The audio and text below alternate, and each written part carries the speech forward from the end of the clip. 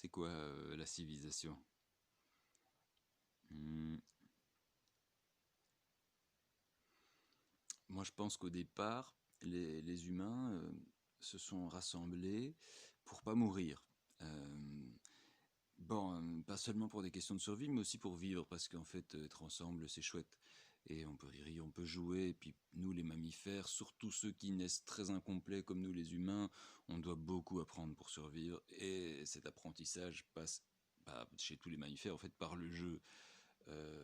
Cette pensée comme quoi il fallait détruire la nature pour construire la culture, je pense que c'était la base, hein, comme ça qu'on voyait l'éducation au XVIIIe siècle, encore jusqu'au XIXe, et puis bon, en fait, on est en post-trauma de ce truc-là. Mais donc, effectivement, aujourd'hui, on en arrive à une société où, en fait, la survie n'est pas assurée, et comme je dois beaucoup à un ami, un camarade qui disait tout le temps si la moralité, si la survie elle n'est pas assurée, la moralité elle n'est pas assurée. Et est-ce que cette question de survie c'est pas vraiment le minimum pour faire civilisation? À savoir que se contenter de la survie c'est minable. C'est vraiment quand il y a vraiment c'est la galère quoi. Là, est-ce qu'on n'a pas confondu civilisation et un délire futuriste en allant un petit peu vite en besogne? On a cru que ce futurisme était du progrès, et en allant encore plus vite en besogne, on a confondu le progrès avec l'évolution, le boulot de la nature, hein. On verra ce qui a été un vrai progrès, et l'évolution, c'est vraiment pas de notre ressort. J'ai eu une vision l'autre jour euh, dans laquelle la vie elle-même, sous sa forme d'arbre de vie, c'était une espèce de rêverie, quoi, venait m'aborder en disant euh, mais mes problèmes, j'ai eu à peu près les mêmes moyens que toi à dispo pour les résoudre. Donc, comme toi, tu as tout ce qu'il faut pour te nourrir, te déplacer, apprendre à faire un logement et tout. Voilà, moi pour ma vie, moi, la vie de la vie, j'ai aussi tout ce qu'il me faut. Et donc, imagine que un petit bourgeon s'inquiète pour l'arbre. C'est très très mignon, hein. Et il a peur que l'arbre disparaisse. Et il veut protéger l'arbre, le petit bourgeon. C'est vraiment très très très cute. Voilà. En fait, sauvons-nous, créons une humanité vivable, un monde vivable pour nous, et effectivement dans le respect de ce qui est autour de nous, ça c'est sûr, mais ça va de pair, parce que si on se respecte, on respecte ce qui est autour de nous, parce que tout est lié, et il faut d'abord apprendre à se connaître.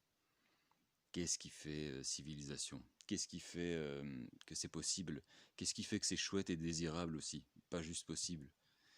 Hmm.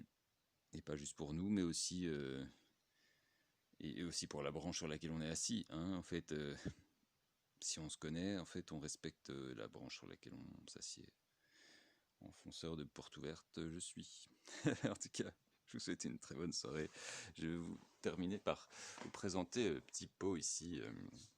Ici, nous avons une plante violacée. Je ne sais pas exactement comment elle s'appelle. Je promets que pour la prochaine fois, je l'aurai trouvée. Et c'est une plante de la forêt amazonienne. Et si elle est violacée comme ça, c'est parce que, en fait, ce sont les infrarouges reflétés par le sol qu'elle va utiliser pour faire sa photosynthèse. C'est une plante qui s'est parfaitement adaptée enfin, la lumière ici, elle est verte au-dessus et puis violette en dessous. Elle s'est parfaitement adaptée à vivre dans l'ombre de la forêt. Ici, celle-ci, elle vient d'Amazonie, je pense, hein. Celle-ci, elle vient de Thaïlande, hein, je crois. C'est Asie du Sud-Est. C'est la lemongrass, hein. C'est une espèce de graminée qui citronnelle. Ici, c'est la menthe aquatique de chez nous. Elle vient de la forêt de Soigne, en direct.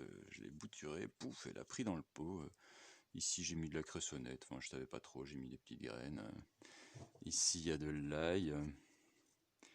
Et j'aime vraiment beaucoup cette plante potagère, cette plante de la forêt de chez nous, cette plante de la forêt amazonienne, et cette plante est dans le même pot. Et tout sa vie, voilà, c'était ma petite surprise en bonne intelligence, tout sa vie amoureusement. Ici aussi, j'ai mis du lierre terrestre, aussi de la forêt de Soigne, un amanite tumouche, on verra, peut-être qu'il poussera dans le pot, ce sera rigolo si ça marche. Ici, c'est des flageolets, ici, c'est de l'ail. Bon, ici, bon, il fait noir, je sais pas si vous voyez très bien. Voilà, des petites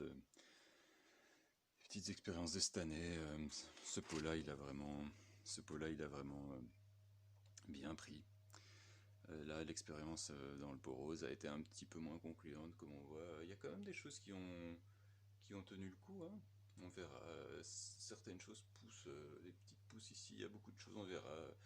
Certainement l'alfalfa a poussé. Certainement, je crois que ici, à mon avis, la petite pousse là, c'est des tagettes. À mon avis, il y aura des surprises. Enfin, c'est quand même l'hiver, hein. C'est déjà assez miraculeux que autant de choses aient poussé. Et en particulier, où est-ce qu'elle est là? Ah oui, voilà, ici, une petite tomate qui a poussé là. Là, ici, enfin, on est en novembre quand même, hein, une petite tomate qui pousse, elle est rigolote quand même. Courage. Bon, ben, ouais, ici, je sais pas si ça va se voir. Ah non, pour l'instant, il n'y a rien. J'observais un champignon avec. Oh là là, c'était mignon, ça s'appelle un marasme petit trou. C'est un saprophyte qui pousse, il est grégaire, il y en a vraiment beaucoup, qui poussent ensemble sur une souche. Et j'ai fait des photos et je l'ai à peine touché, effleuré. Bah, ça fait 3 fois depuis la fin de l'été là qu'il pousse dans mes pots. Il a pris dans 2 pots. C'est un saprophyte. J'ai pas d'arbre hein, dans mes pots, mais probablement qu'il y a encore du bois mort suffisamment jeune et riche que pour l'accueillir. Ça fait 3 fois quand même qu'il vient le marasme petit trou dans mes pots. Et j'ai rien fait pour l'amener là. Ici, lui, je vous présente mes plantes, hein, j'ai pas d'animaux, j'ai des plantes, voilà. Lui, c'est un yucca, hein. Je l'ai trouvé par terre au printemps. Et il n'est pas en très très bel état. Mais en fait, au printemps, il était par terre dans la forêt de Soigne. Et quelqu'un l'avait jeté au bord d'un parking. Et je crois qu'il va perdre toutes ses feuilles, hein. Il les perd les unes après les autres. Mais ça va survivre. Et c'était à la fin de l'été hein, que je l'ai récupéré. Genre, il avait passé toute la belle saison déterré par terre dans la forêt à la merci de tout ce qui y vit. Et, euh, et c'est avec grand plaisir que j'ai fini par l'accueillir chez moi. Je pense que ses feuilles, il va les perdre, mais je pense qu'il va survivre. Je pense qu'il va d'abord probablement faire perdre une partie de sa. On verra à suivre. Le yucca, c'est solide ces trucs-là. Je pense il va y arriver. Petit tour des champs. Ouais, ouais, enfin voilà. Bienvenue. J'espère que ma chaîne vous plaira. J'essaie de transmettre des choses concernant bah, la nature, des connaissances, mais aussi des questions, beaucoup de questions, et surtout transmettre ma fascination. Euh, je vous incite à aller dans la nature, vous recharger.